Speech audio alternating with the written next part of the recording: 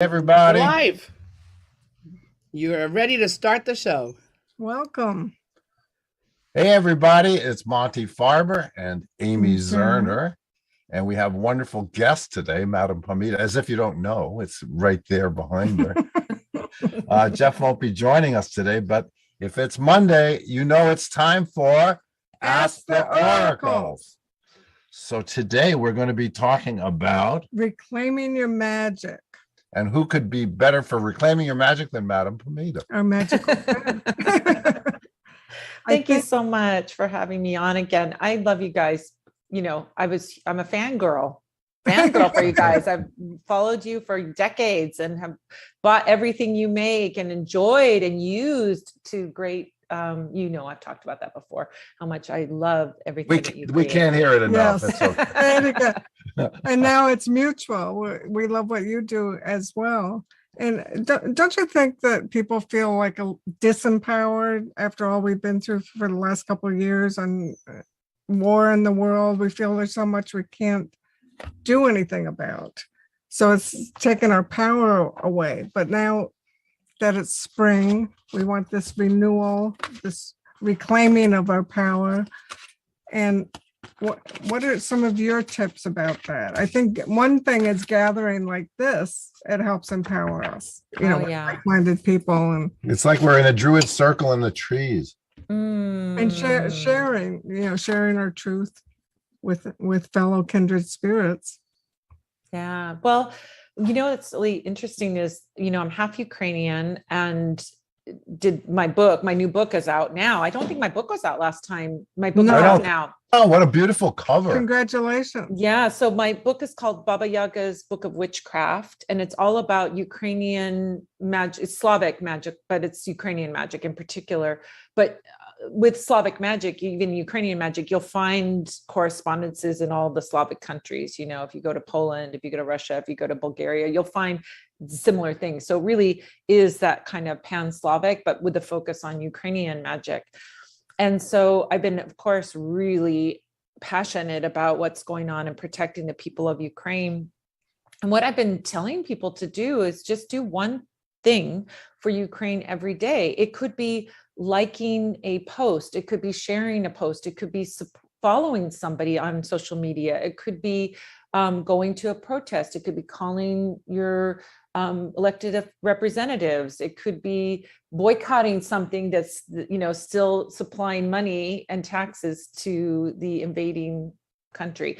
So, you know what I'm saying? So there's in your magic, I think that's like an activism that happens with, what's going on politically, but this is also something that we can do with any part of our life, our political life, our personal life, is just do one small thing every day. It can be the smallest thing, but those little drops, if enough people do those little drops, then we have a big tidal wave of that beautiful energy. So yeah, I so agree. And then you don't feel overwhelmed that you have to set up a ritual table and have the right accessories and feel in the right mood. It's really like sending energy out in prayer and intention. And sometimes we don't realize what's going on in our minds. It's just automatic, or it's a habit of this is bad and I can't do anything about this. And fear is the destroyer, right? Always. 100%.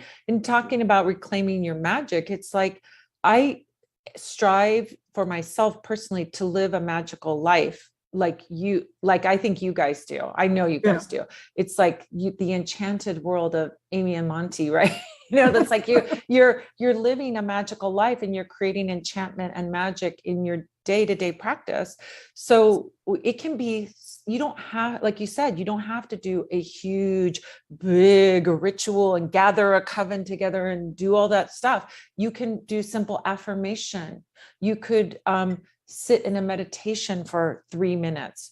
You could, put an oil on yourself. If we're doing folk magic, which is my jam, like you put an oil on yourself, it literally, and say an affirmation, literally takes you 10 seconds. And that has started your day. If that's the beginning of your day, started your day off in this beautiful way. So these tiny little rituals that we do throughout the day can nourish us in our day. I do that. I mean, speaking of nourishment, when I'm cooking, I put love consciously into it, that it's going to, make us feel better, that it's going to be healing for us. And I think, when you do it consciously is the main thing, and not to feel like, oh, it's just a little thing that doesn't mean anything. The more we embrace it as real magic and embrace the miracles that come out of that. Well, Einstein said you can live like everything's a miracle or nothing's a miracle. And we prefer to live like everything's a miracle. In the tarot, here's Amy's magician card from the Enchanted Tarot. And you can see what he's doing is he's calling down the forces. The flame rises to meet his hand, and he's producing this amazing, wonderful world in the back. And that's what magic is. It's working your will on the world. And black magic is trying to work your will on other people. But the magician card in the tarot is all about when the fool, which is the first card, the 0 card, comes into the world, and then we're all given this gift of being able to work our will on the world. And that's magical. And we should never stop thinking that we can't do that, because we can. Also, when you tune into the cycles of nature, like we just had the Easter celebration, which ties into The Oster. the pagan holidays, this transition time. And I'm sure in the work you do, you acknowledge those cycles and what's appropriate at that time. When you're attuned like that, the magic becomes even stronger. Yeah, absolutely. It's mindfulness. Isn't that a mindfulness practice? It's a Sure. meta mindfulness practice that you're paying attention to the seasons.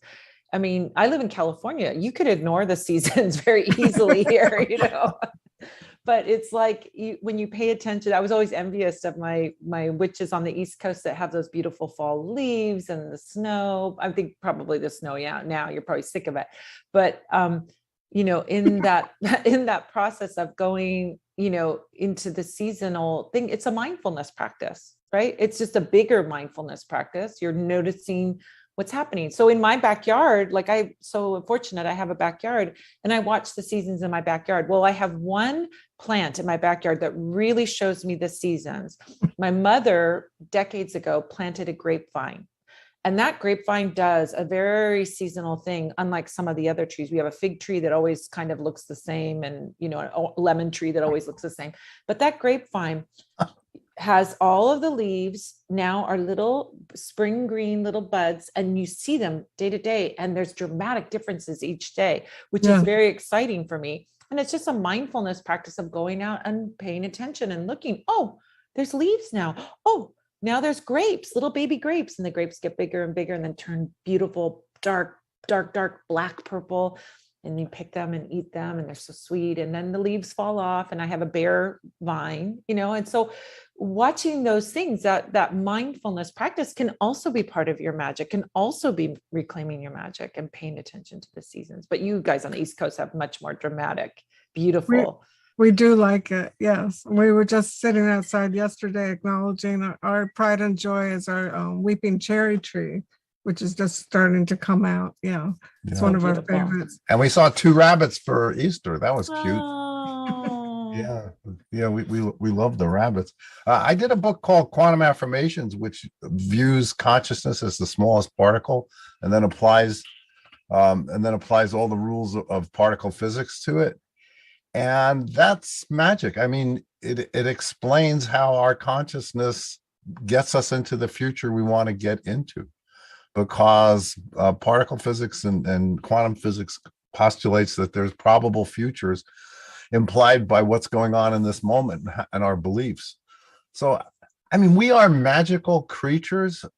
I think science went a little too far on the other side of the pendulum and made us seem so mechanistic and just like the way the brain works or the way the body works. But we're magical. I mean, they still don't know what consciousness is, and they don't know what electricity is, but that's they don't another know what thing. love is, right? I mean, we can't quantify that. I've talked to scientists, and they're like, when I tell them that I think that consciousness might be the smallest particle, I see this haze come over them because That sounds a little too magical, but it also sounds like it might be true. But they're merging, right? Science and In the past, the metaphysics. scientists were the priests. The priests were the scientists. There was no difference. Yeah, that when we look at alchemy in Western European, magical traditions, when we look at alchemy, and alchemy was science and magic together.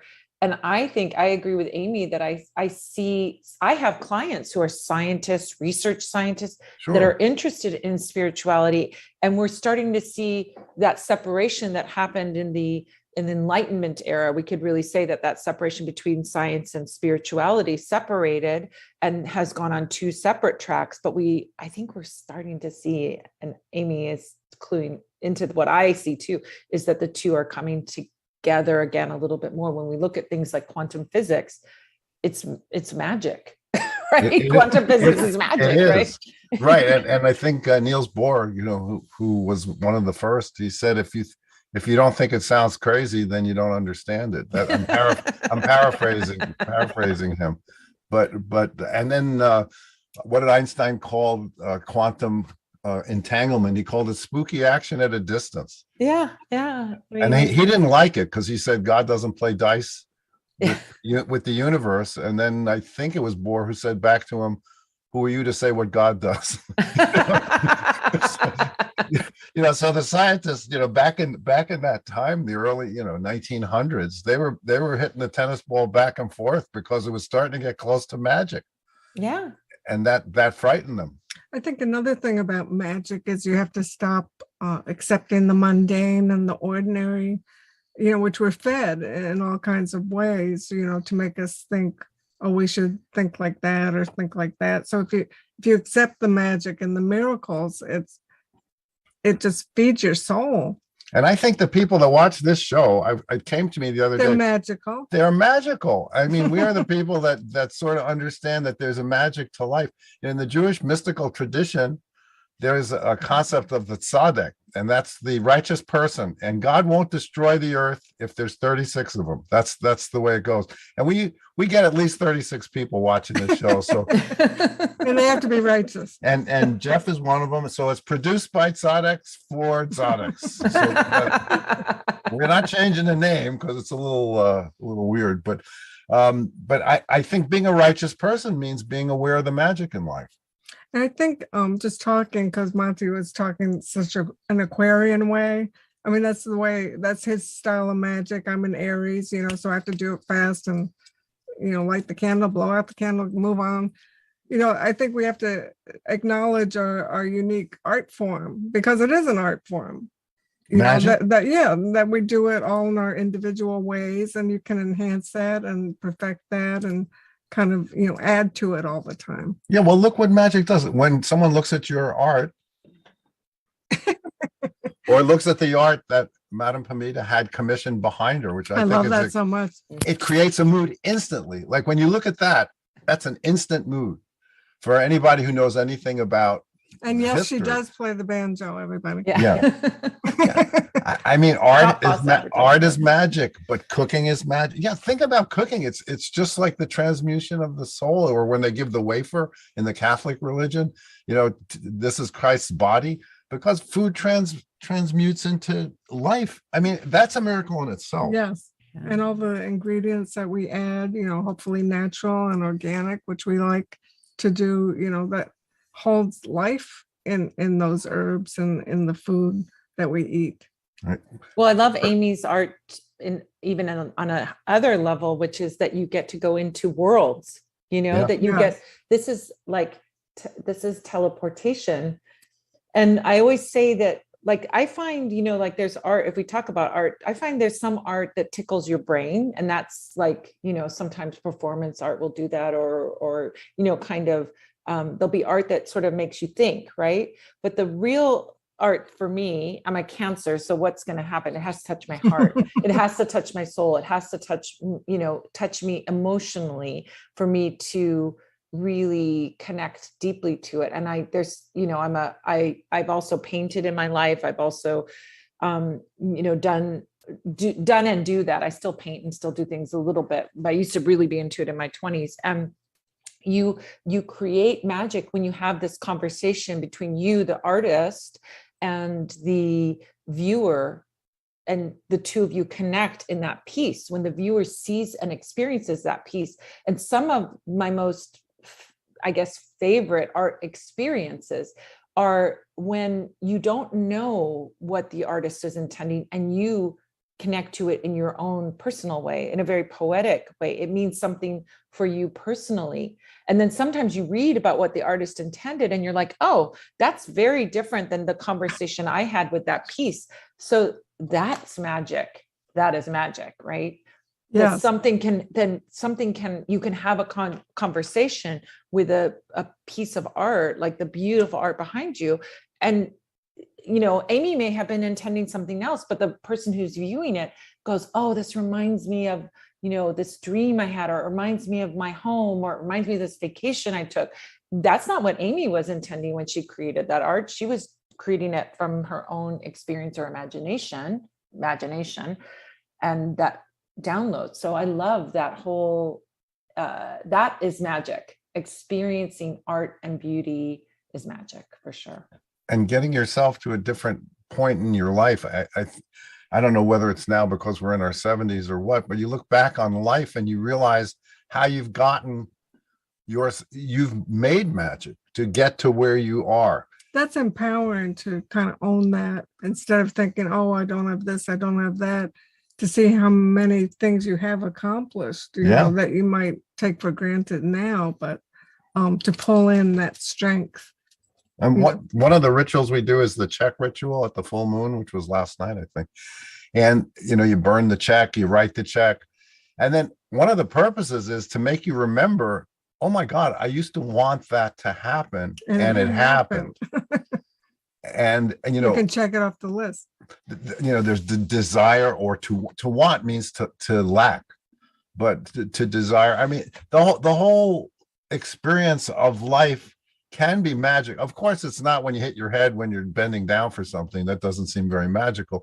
But I found that even that is magical. Or if I drop something, it's like I'm having the accident that my astrology chart says I should have had, and I'm not having it behind the wheel with an 18-wheeler behind me. Yeah. It's like you sort of have to propitiate the gods and pay off with one kind of an accident, stubbing your toe or whatever, or dropping a dish, but you didn't have the bad one. So I guess that's part of Einstein's living a magical life, or being crazy. I don't know.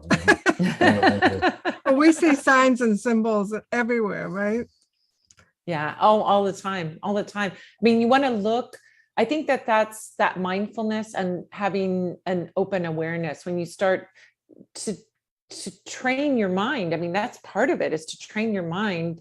Monty is the Aquarium. We'll get into this. So it's like your mind is like horses, like a horse, right? So if you want to get to a certain destination, your horse wants to go back to the barn. Sometimes what's going back to the barn? Going back to the barn is, oh, the way it's always been. Oh, it's not possible. Oh, am I worthy? That's going back to the barn.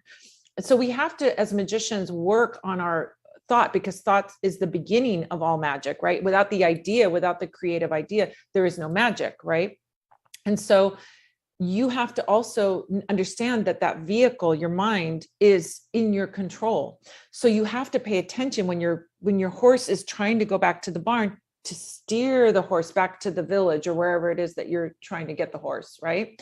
Yeah. So that concept of paying attention and mindfulness is, on that other level, mindfulness of where your thoughts are, mindfulness of what you're saying, mindfulness of what you're thinking, mindfulness of what you're believing, and then putting it to the direction that you want rather than the natural inclination, the human ego inclination, right? That's everything, because once you kind of make that a practice, that awareness practice, it enhances everything. And I find for myself, when I find my mind wandering off into something unproductive or negative or fear-based, I drop in the magic right there, to shift it and switch it around. And we can do that. It's always available to us, to replace it. Yeah. I think one of the best techniques for that is if people are learning that or haven't mastered it, or if it's the draw is too strong, the pull is too strong to go back to the barn, is to speak affirmations or speak Yes. spell words, because that will like sort of wake you up if you have to produce it. So if you're thinking, oh, I can't have this, you say, it's here, it's coming Yeah. to me, it's here, I have it, whatever it is that breaks that, that neuron flow to the old Yes. habitual thinking. Yeah. And you can make it fun. I mean, it's like fun making this new movie in your mind, or really feeling it. And when you say those words, can you feel it? Sort of challenge yourself. And it takes practice. I like to have a conversation with the deceased spirits, actually, because He likes to yell at them. Well, yeah, it's very Shinto. You go in the shrine and you clap to wake them up because they're having such a great time. You got to get their attention. But I think, and this is something that's occurred to me recently, that if you're standing there saying, "Why doesn't this happen?" Why haven't I gotten it? And you do have amazing powers of yourself, and you have the people on the other side, you have your friends in this world. Maybe it's not for your own good. Maybe you're actually, how different would your life be if you made that magic? Maybe it wouldn't be that much different, and it might not be worth the journey. So maybe you should be thinking about a different journey. I mean, that's just me, and that's just today. Well, we're always challenged about those attachments, right? Right. Why, and breaking it down is very therapeutic. Like, why do you want to meet the one? Why do you want the $100,000? Well, I can understand why they want to meet the one. But their reason might be different if they break it down. Maybe they just don't want to be lonely, or they want to have kids, or. Yeah. You mean things they can do without meeting the one? Right. I see your point.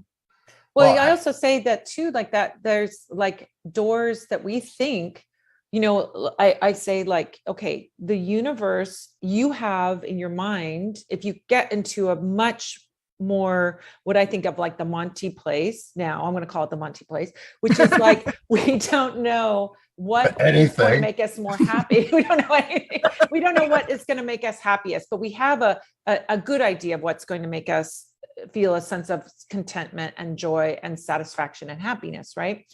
But if the universe is like a hallway with a bunch of doors, and it's behind one of those doors, it doesn't benefit us if we think it's door number one and we're banging and door number one won't open and we're trying to lock.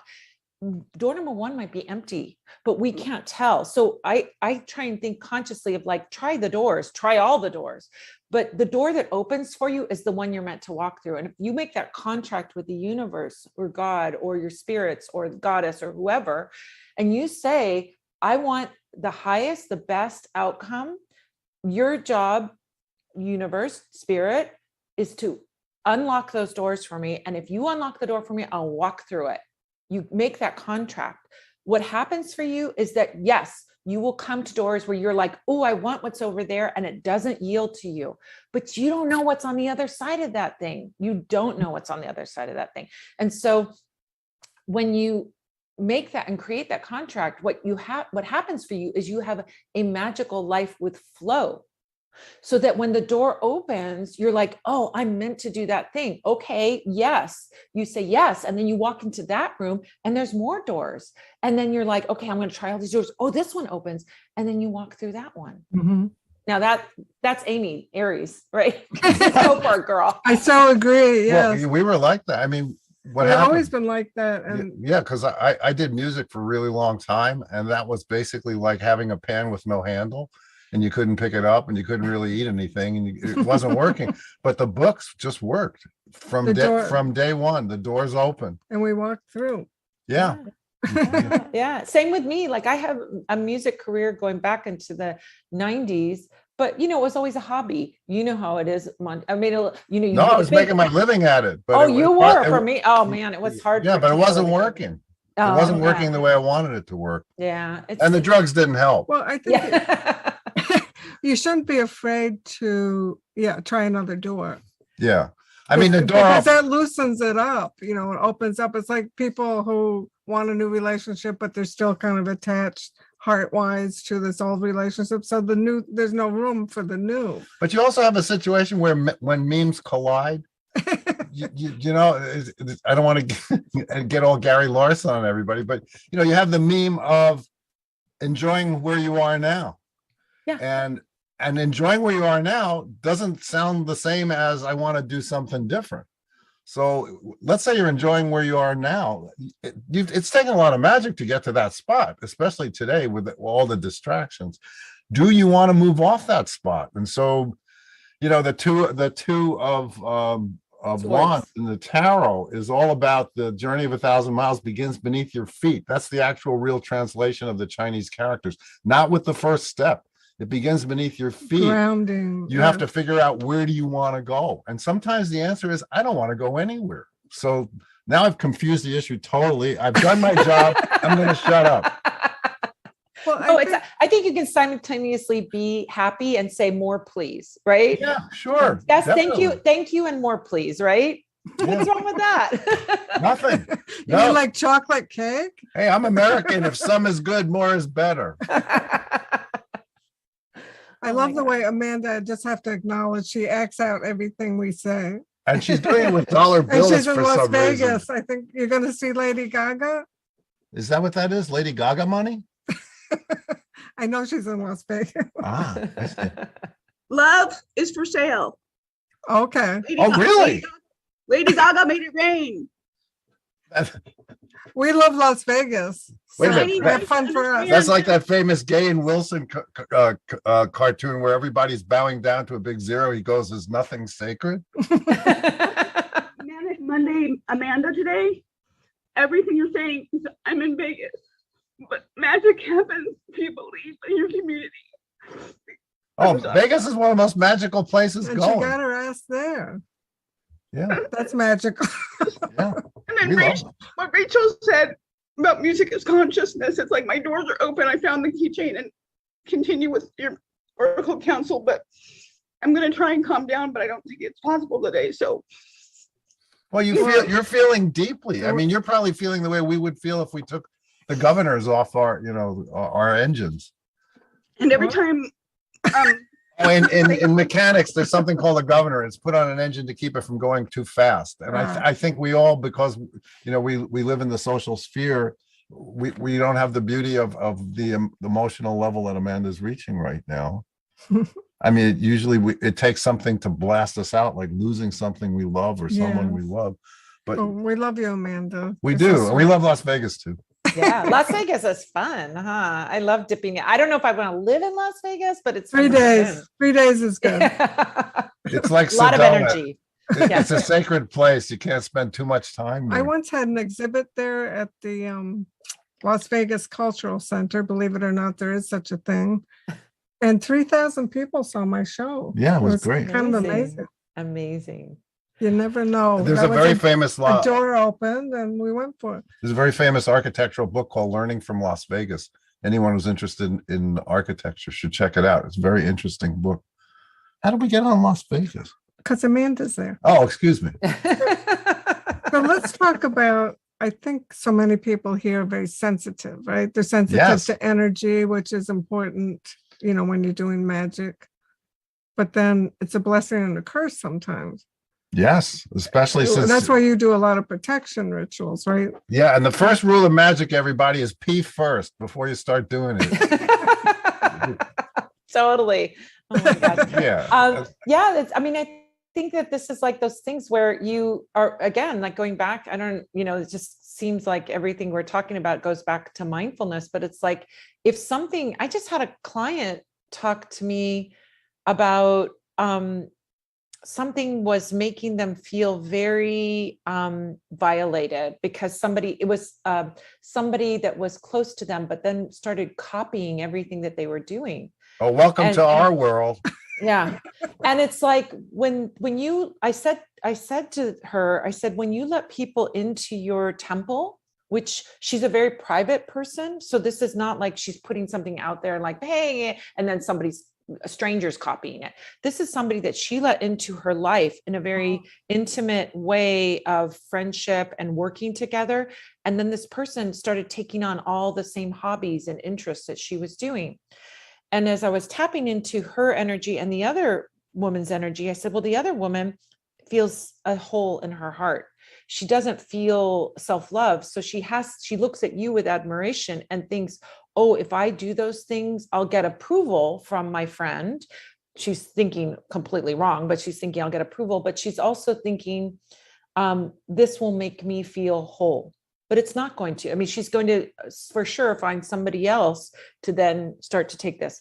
But this idea of the mindfulness, going back to that mindfulness and going back to the sensitivity, my client is very sensitive and keeps a good, strong barrier up. But I said, but she was feeling guilty for feeling angry about it. And I said, there's nothing wrong with feeling angry about what your intuition is telling you is off.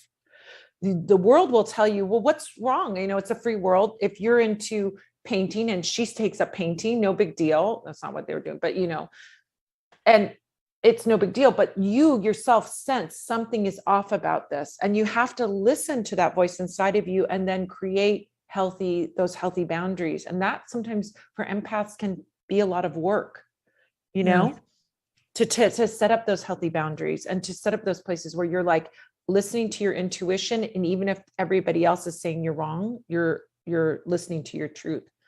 Well, the the little reason- boy that says the emperor has no clothes, right? Everybody else is like, the emperor has clothes, right? But you know, it's not true. Yes. Right. It's That's- important to embrace that and not see your sensitivity as a weakness either, because that is the key to your intuition. and the second rule of magic is keep it a secret. Yeah. And that's as important as P first, because what you just said, Madam Pamita, about people, you know, your friends, people are going to influence you if you tell them. And as Andy Warhol said, and I have a feeling he might have just said it to me, because I can't find this quote anywhere else, but he said, never volunteer information. And there's a lot of truth to that. Well, And it's sometimes people- saved me in yeah. business a lot of times thinking about that, just keeping my mouth shut. It's- Well, sometimes people share, they're vulnerable and they say, I really want to accomplish this, or, you know, I really want to write a book, or well, we've had people that love us tell us you can't make money in the book business. Yeah, and that when we were one- first starting out. I that mean, one naysayer sometimes can kill that whole, you know, when it's in infant stages, right? Your dream, you're just starting to incubate this intention, this desire. Somebody can slam it. Oh, you can't do that. You're not an artist, or, right. you know, you got to be practical, or whatever it could be that, and I know from so many people that we've talked to or counseled or read for, that sometimes that's just killed something initially, and they gave up hope for that dream. Didn't you have some teacher who was trying to? He told me to give up painting, give up art. Yeah, really. I mean, Yeah. and just on a dollar value, Amy's made millions of dollars from her art. So Well, luckily I had a strong will. Yeah. I yeah, didn't but- pay but attention, but if I didn't, yeah. some people are very sweet, and unfortunately, sometimes when they're sweet, they're not as strong and tough as they can be, Well, we which is why we make our books. to That's right. Toughen everybody up. Little street smart spirituality. Yes. You know, one of the things I tell people that are doing creative things, whether that is and wanting to create something, there cannot be too much beauty in this world. Like there's no, oh my gosh, there's just too much beauty. So when you're creating, I think I tell people that, let's say they had someone that said, oh, you can't write. Oh, you can't paint. You're not good. You're no good. You can't sing. I say, you do this thing that your heart is calling for you to do, because you're going to create something that someone is going to connect to, and it is going to be important to someone. So even if that is just one other person, but you impacted that person profoundly, you've done your mission. So it's not about having a bazillion fans and followers. It can, you know, it can be that too, but to connect to one other person. And so when you write that blog post, or you write that story, or you create that painting, or you do that dance, or you do the, you know, whatever it is, the acting or whatever, when you do that, you're creating more beauty in the world. And that is tipping the scales into the world that we want to see. So you and your dream and your vision are important. And those naysayers don't get it. They are No, thinking no. in a very low level way. They are not thinking in the cosmic spiritual way of how when you create something, you're creating beauty, and it doesn't matter if it's for yourself, for one other person, or for a million other people. It is important in this world. And so think about your favorite art piece, your favorite book, your favorite song. What if that person had listened to the naysayers? Because I can guarantee you that there was a naysayer in their life, and they resisted, like Amy and Monty, they resisted that voice or that critique and said, I'm going to do it anyway. And because that person did it anyway, we have beautiful things that Amy and Monty created. We have beautiful things that your favorite musician, that Lady Gaga created. We have beautiful things that these people have created because they resisted the naysayers. So you have to resist. I bet everybody here has had a friend say, remember when you said this to me? I've thought about it my whole life. I would bet. We don't know, and we didn't think anything of it. Exactly. And then I'm like, I said that, and I'm not, I know I'm not the only person who's had this experience, and it could be the silliest thing, but it's something that they took and used it in their life, and it meant something to them to the point where they remember it 20 years later. Well, I think it goes back to how you started the conversation, Pam, about the little drops making a difference. And it's the same thing with pursuing our dreams, those little steps. And I think just in the society we live with social media, we think it's got to be a hit, or there's so many other people doing it, I might as well not do it, or, all the pressures, I can't do it that perfectly as that other person. The comparisons are a challenge. Now, we didn't happen to have that when we were young because we didn't have cell phones or social media. And we were high. So, that definitely is like, well, I didn't even notice that there was other people doing all this. Also, on your journey, like Pam, you said you were a musician. Now, if you hadn't gone through everything that you went through with that and the vaudeville, you wouldn't be where you are now, right? 100%.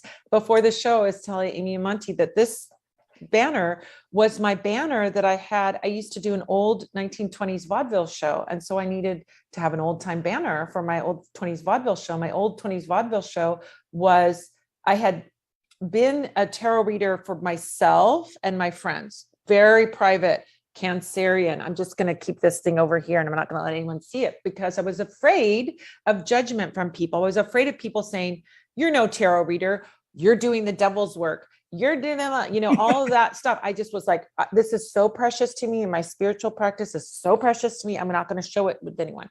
But my music persona, because I'm a Leo rising, so so my music, I was like, hey, I can do music and be on a stage and I have no problem doing that. So I started doing this vaudeville show where I was doing tarot card readings and music. We'd have a deck of tarot cards. It was in cabaret, right? So people were having drinks at the bar and all of that. And people would come up, they'd pick a card, I'd tell a funny little fortune. And then my band and I would perform a song from the 1920s associated with that card, right? So like for the Lover's card, we had a song called Adam and Eve in the Garden of Eden. That's just an old Hokum 20 song, right? That's an example. So we were doing this show, and what happened was people would say, oh, can you do a real reading for me? Oh, can you do readings for my Halloween party? Can you do this? That brought me out of my fear of this very precious thing for me, because I was doing the funny version of it, the cutesy version of it on stage.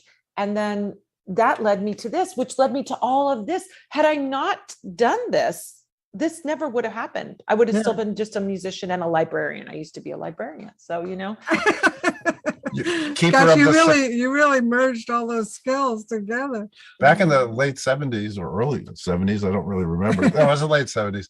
I was doing songs like We Are One and In Another Lifetime and all that kind of stuff straight in people's faces. And of course, and you see how well it did. Speaking of doors that don't that don't open, but it helped make me who I am today. I think that everybody who's here, like I said before, we're righteous people, and righteous people have to know that there's other righteous people. And when you make magic, you have to draw on the collective. That's the most powerful magic.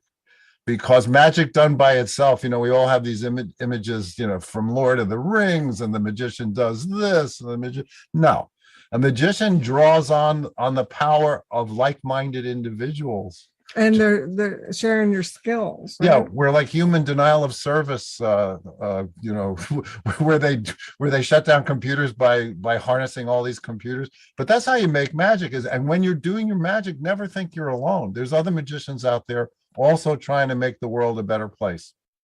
You built a great community here of these beautiful, like-minded souls that they all can draw on this energy with you guys, It's been a beautiful weekly ritual. Yeah, we don't want God to destroy the earth, so we have 36 righteous people that come on to or the goddess, and I think the goddess only wants 18, so we're trying to go with the 36. So Pam, do you design personal spells and rituals for people?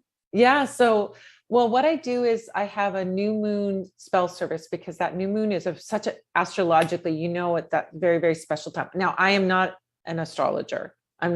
You're like postgraduate doctorate. I'm like high school when it comes to astrology.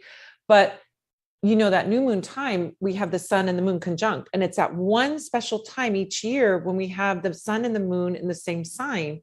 And I always see that in my sort of rudimentary folk magic-y kind of way, is like, ooh, we can really tap strongly into the energy of that sign, right? So we just had that Aries, beautiful Aries, moon and sun in Aries. So we can get all of that sort of yin yang energy of, moon and sun together, and we can tap into that. And then on a, sort of witchy level, we're at the beginning of the waxing moon cycle. So it's the perfect time to do a spell that's aligned with Aries energy. So we just had an empowered queen spell that we did for Aries energy. Like, is that perfect for like Aries? Like, I'm the queen, I'm, Boadicea, going out there fighting but achieving and having success. So we did a spell for that. Now we have Taurus coming up. So we're doing a luxurious wealth spell. We're doing that like Taurian energy. So it's like tapping into that sun sign, moon sign energy at that time. And so I do spells for people that are customized around that topic, each new moon, but each one is different because we have different intentions, right? People have different intentions. I also make spell kits for the new moon and spell kit workshops. So this whole new moon thing has been a huge, like, fun, beautiful thing that I've been doing for the last 3 years. And then I teach magic, and I have spell kits at my shop where people can get candle spells and other kinds of spell kits and do spells themselves. I love the name of your shop. Where is your shop? It's online. So we have a factory. I'm actually in the office of my factory. We make beeswax candles and oils and, have herbs and tools and all kinds of things. And we ship out all over the world. And so we're in Canoga Park, but it's not a store that you can go visit. I used to have a storefront. Us too. Yeah, storefront's really expensive. You guys know that. It's like a lot of rent, and then you have to have someone. You have to be there. Staffing it. Yes. Exactly. So having a factory is like kind of my Goldilocks thing. I've done little things, I've done huge, big things, and now I'm in that really sweet spot right now. So yeah. That's cool. Hey, can you hold up your book again? Because the cover is really nice. Oh yeah. So this is my new book called Baba Yaga's Book of Witchcraft. It came out April 8th. And it's about Slavic magic. And I did this all over the pandemic. This is what I was researching. I had to learn Ukrainian, learn to read Cyrillic. I had to do a crazy amount of research. Like, if you know a little bit about Baba Yaga, in Ukrainian we would say Baba Yaga, but people in America know her as Baba Yaga. She's like this crone figure, sometimes vilified and made to look like an evil ogre, but really what she is she's an initiator. So she'll test you, and if you pass the test, she'll give you a reward. This is how that, like, Slavic spirits work, really. So they're transactional. Oh, totally transactional. All spirits are transactional. So you always leave an offering before you go in the forest. You always leave an offering at the water. You always do these things, right? So with her working with this book, it was at points very, like, I would be in tears going, I can't do this anymore. It's like the level of what I had to learn. It was like a doctoral dissertation. I had to do so much research into very academic things and research into things in other languages, translating those things. It was an insane amount of work. because there is no information in English, or so little information in English about Slavic magic. It's not like Celtic magic, Italian magic. There's tons of resources and information. Slavic magic is like Druidry. There wasn't a lot of documentation. And then you have 80 plus years of Soviet oppression where Ukrainians were completely either like their practices were, unless you lived high up in the mountains, the Hutsuls who lived high up in the mountains, they kept these practices going. Everybody else, it was forbidden. You were sent to jail. You were, you were cast out, you were, and worse, So finding this information was a lot of looking at what diaspora Ukrainians who left before the Soviet Union kept, older documents from the 1800s and before. And it was such a monumental task making this book. But the result is we have now a book in English that talks about Slavic practices when there are very, very, very few and far between. Wow, that's fascinating. And so timely. I hope Yes. that you get a publicist who knows how to get you on the shows, because there couldn't be anything more timely. Well, what better show to be on than Amy and Monty show? Well, now all the, Always welcome. I've read at the top. Where do I need to go? now see, I love it. That's when memes collide. I saw that there's this that you were making, demonstrating and sharing a workshop and making those dolls that are tied into the magical. Can That you? one over there. When we grab What's it really it called? Tell us quick. a little bit. A motanka. I'll just pick up my computer and Okay. walk over with you. So I have one over here. So motanki are spirit dolls. They're not just a doll. Mhm. They're a spirit doll. It's a house for your ancestors, and they're used in magic. So Mhm. it's different than puppet magic that we find where we're doing sympathetic magic. This is not a sympathetic magic doll. So sympathetic magic would be like a quote unquote voodoo doll or something where you're Right. attaching it to a person. In fact, with motanki, you never put a face on it because you don't want it to be attached to a soul or a spirit or a person. You don't want it to do that. So that's one of the rules, is that it doesn't either has a cross of threads across its face, just a cross, or which is a protection and sun symbol, or you have no face, like this one has Mhm. no face. So this would be a doll that you would make that would be a house, a temporary home for your ancestors. So in my personal story, my grandmother was she did folk magic, totally. Now she was Greek Catholic, she did folk magic. And this is very kind of universal in the villages, and certainly like in the rural areas, is that folk magic is practiced, but you're still going to church, or you're still going to temple, or you're still doing your thing, right? Mhm. So the motanki are used to house the ancestors. And my mom told a story that when she was very young, she was probably 3 or 4 years old, under school age, she had an older brother who died in infancy. So before her, she was the youngest, and there was one child before her, and then there was 3 others that survived, but one that didn't. So getting into my grandmother's consciousness, here you have a 3-year-old, 4-year-old, and she gets very ill. And she has trauma about this death that happened before. And of course, loves her child, like a mother will. There's the practice of making a doll and sticking the doll in the bed with the child who is sick. And the ancestors are there to protect and take away the disease. And then you take the doll and you burn it. And it's taking the disease, and you're destroying the disease by destroying the doll. So it's not attached to anybody. The ancestors are working through the doll, but they're not staying in there. You're not destroying the ancestors by burning it. You're not doing that. They're just doing the work with the doll being there and then leaving, and you burn the doll with the disease. So my mom told a story that when she was little, her mother made her a doll and gave it to her when she was in bed and she was sick, and then the doll was gone. That's the story I got when I was growing up. And I'm like, that's such a weird story. It was just giving the doll to like keep my mom occupied. Like I didn't understand that there was a magical component to this, but my mom always emphasized that the doll was there when she was sick and gone when she was well. Then I learned about motanki and this practice of using this to protect your children, your loved ones from disease. And I said, that's what my grandmother was doing. That's what she was doing. Now, is it used for other things, or is it always a job to do and then it's destroyed after? Well, a lot of Slavic magic is consumable magic. Not all, but a lot of it is consumable magic. But the dolls are special, made in a special way, and they're used for lots of different things. That's just one of the uses for the Okay. motanka. They can be used to like protect your home. Like it's a house for your ancestors, so you can put it on your ancestor altar. Traditionally, ancestor altar would be a pokut that was put in the east, or on your wood stove. Really, with the wood stove was the home of the ancestors, and you'd keep that doll nearby there. So like I have one on my fireplace, and I also have an ancestor altar where I keep my my other motanka, right? So I have a couple at home, and I have this one at work here. But you make them to give a house to your ancestors. So you can, it's like inviting your ancestors into your home. It's inviting your ancestors' blessing and protection into your home. It's a protection and blessing tool, but it can also be used for other things. There's motanki, all different kinds of sort of variations. There's one variation that I love so much that has multiple arms. She has 10 arms. So you'd make these little arms, but you'd make 5 pairs of them, right? And you make that 10-armed one to help you be more efficient at your work, to be really efficient. I see Lawrence going, I need one of those. I think she has one.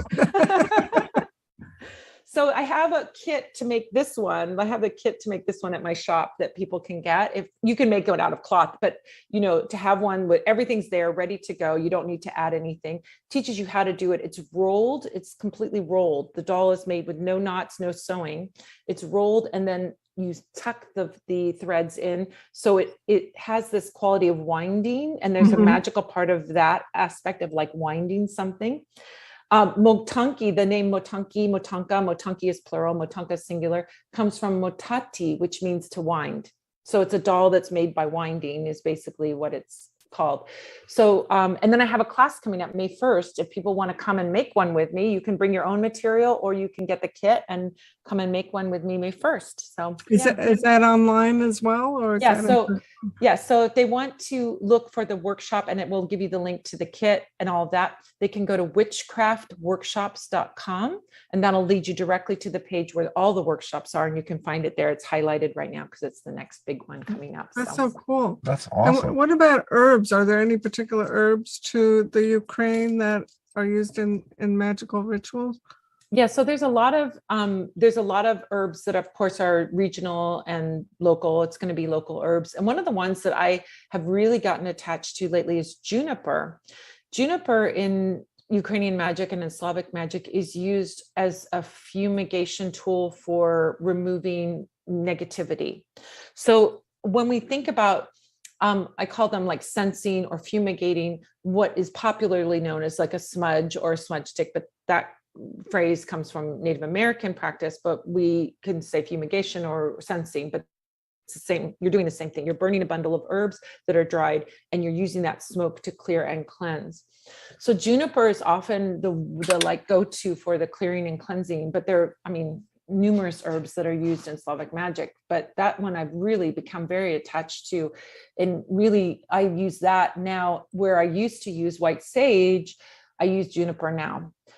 We have a problem in California with people illegally poaching white sage. So we got to be careful about where our sage comes from. And if you get juniper isn't overused, over harvested. It's, and it has the same purpose, and so you can use that instead. There's lots and lots and lots of herb bundles that we sell at my shop of all different kinds, and I encourage people to get out of the habit of just rushing and running for the sage and going to try other things. Rosemary is a beautiful one. Juniper is a beautiful one. There's lots and lots of herbs. You can grow your own herbs and make your own bundles, which is even more empowered, so these are things that you can do, harvest. And yes, we always grow our own.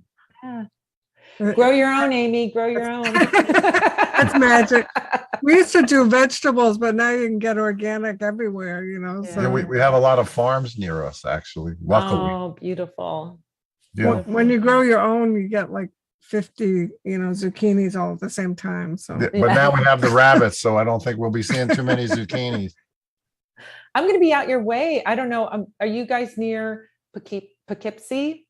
No, Oh. we're on Long Island. Oh, you're on Long Island. Okay. yeah, I think- Poughkeepsie's way upstate. Yeah, I I'm have going no upstate sense New of York. geography normally. But I know. I'm going to upstate New York, and I'm going to, there's a special, the reason I'm going in and out really quick, but I'm going to be in Philly next weekend because I'm going to visit a friend in upstate New York. And then I'm going down to Philly next Sunday because it's Provody. Provody is, I call it Ukrainian Dia de los Muertos. You go to the cemetery, you have a picnic, you drink a little horilka, a little vodka, you give some to your ancestors, you leave the pesanki, the decorated eggs, you put flowers, you hang out and chat with them and have a picnic. So I'm going to be in Philly next Sunday for Provody and the Ukrainian cemetery. This is the first time I've actually done it. Like I've always thought, I got to do it. But I went to the cemetery last year, talked to the cemetery guy, met the cemetery caretaker. So I call him up all the time, like, hey, when is Provody? What are you guys doing? So now I'm friends with the cemetery guy. So I go visit my grandparents. I'm going to go visit my grandparents and my aunts and uncles and cousins. Wow. And go to the cemetery. That's Beautiful. beautiful. I don't know, it's a long story, but we once found out that my grandmother and Monty's grandmother are like 50 feet away in the cemetery that we had no idea. It's a long story. That was the burial of another friend that took us there, and just by chance, I mean, they're so close. It was bizarre. You could see Wow. one from the other. It was really Wow. interesting, as if they brought us together. That was in Montefiore Cemetery, which I think is what I'm named after, because I can't think of how other my family got. I never did Monty. anything else. Imagine it's Yeah, that was- Monty's name. Yeah, I mean, my father's name was Lenny, my mother's name was Jenny. My father was going to call me Kenny and my sister Penny, and I think she talked him out of it somehow. But Monty, that's crazy. I think I imagine those grandmothers like, getting together over coffee and say, okay, we got to get these two together, In the spirit world, I know. It worked. I'm glad they did. Those Yeah. two yentas. We have about 3 more minutes, so I'm just interrupting to give Well, you your that went time. fast. And the one thing I wanted to add is that was what you just described about what's happening in your cemetery is how my grandma used to visit her ancestors when she would go to the cemetery. And it's here in New York that they would do it. They're buried in Beth Moses. And she used to tell us that they would bring a picnic and they would enjoy the sunshine. And I think we thought she was crazy until the last time we were there. And all of us as grown-ups were like, yeah, we could sit here. Yeah. Oh my God, it's so We beautiful. could be with them. Yeah, because And there's a bench there. And it just, It's my mom community. and dad are actually buried in different parts of the cemetery because family plots. both plots had room for both of them.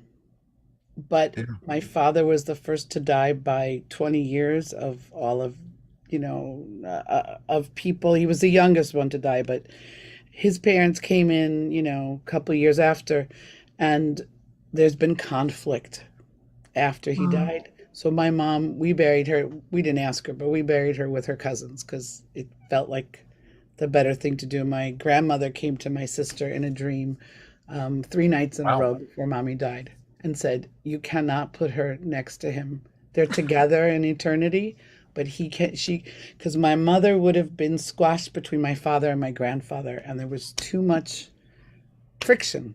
And grandma said, you have to honor me and you have to bury her where she belongs. And Well, that's magic. That's magic, That's right? you don't get more There's- magical than dreams like Yeah. that. Monty So, used to have to scout cemeteries when he worked in the movie business, like quite often. Yeah, and I would love to when it worked out so I could eat lunch there because they are beautiful. they are. Harry and I go to cemeteries all over the country. Wherever we go, we always go find a cemetery to look at and, and visit the whole, I don't know. It's like, it never creeped me out. Well, there's Only some in New York that are amazing because these guys actually tried to take it with them, and some of the structures are just extraordinary. Greenwood Cemetery. I remember seeing Harry Helmsley's crypt. It looked like, well, ready to move in. Okay, I mean, it was just incredible. My father has a giant chunk of rose quartz. on his Yes, it grave. says and That was Zerner. from 1969. We knew Yep. somehow. Well, I can't believe that this hour has gone so fast, and thank you, Pam, for Pam, you're such a joy to be with, and thank you for sharing your magic with us. Thank you. Well, next time, I mean, there has to be a next time with us. Sure. But Oh, your next book time, just came out. You're Yeah. gonna play music. You guys are gonna jam, right? We'll jam. that's right. But listen, Can the topic be the next time we get together, the magic of Studio 54? Because I want to know all your stories about the 70s. We've had peripheral connections with a lot of Yeah, interesting. I didn't go there that often because I couldn't have got in on my own if I wasn't with Rupert, Amy's roommate, who coincidentally was Amy's roommate from college. But I'm telling you, if you want to see it, go see the movie of Beauty and the Beast. That's where he's walking down the hallway and there's hands trying to grab him as he's walking through. That was Studio 54 on the way to the bathroom. Oh, John Cocteau and I share a birthday. We have the Well, same there you go. birthday, except mine's a little later, but. But anyway, Hey, you guys, thank you, Lauren. so we won't be here next week. Is next week Vaughn? Yeah, we're not gonna be here next week because we're doing, Jeff and Lauren are doing this amazing conference. Which is called Voice on the Net, and we're actually going to speak at it. Not about Yeah. Studio 54. But you're speaking on Monday, so if someone wants to come, they could come. I'm actually going to be sending you a special code that we can send out to the Oracle list if you want, and they can come just for your Oh, that'd session. be great. Yeah, Okay. Vaughn used to be, I don't know if it still represents Voice on the Net. It but does. Jeff and Lauren used to do these conferences. They used to get 7,000 people All what's happening live. technologically. I mean live. I don't mean on a Zoom conference call. And I mean, they had, oh my God, it was so amazing. They had Cory Booker speaking, the head of the FCC. I mean, it was unbelievable. So Vaughn should be pretty good. And then I guess we'll see you the week after, everybody, May because 2nd. if it's a Monday, it's time for Ask the Oracles. Bye, everybody. Bye, everybody.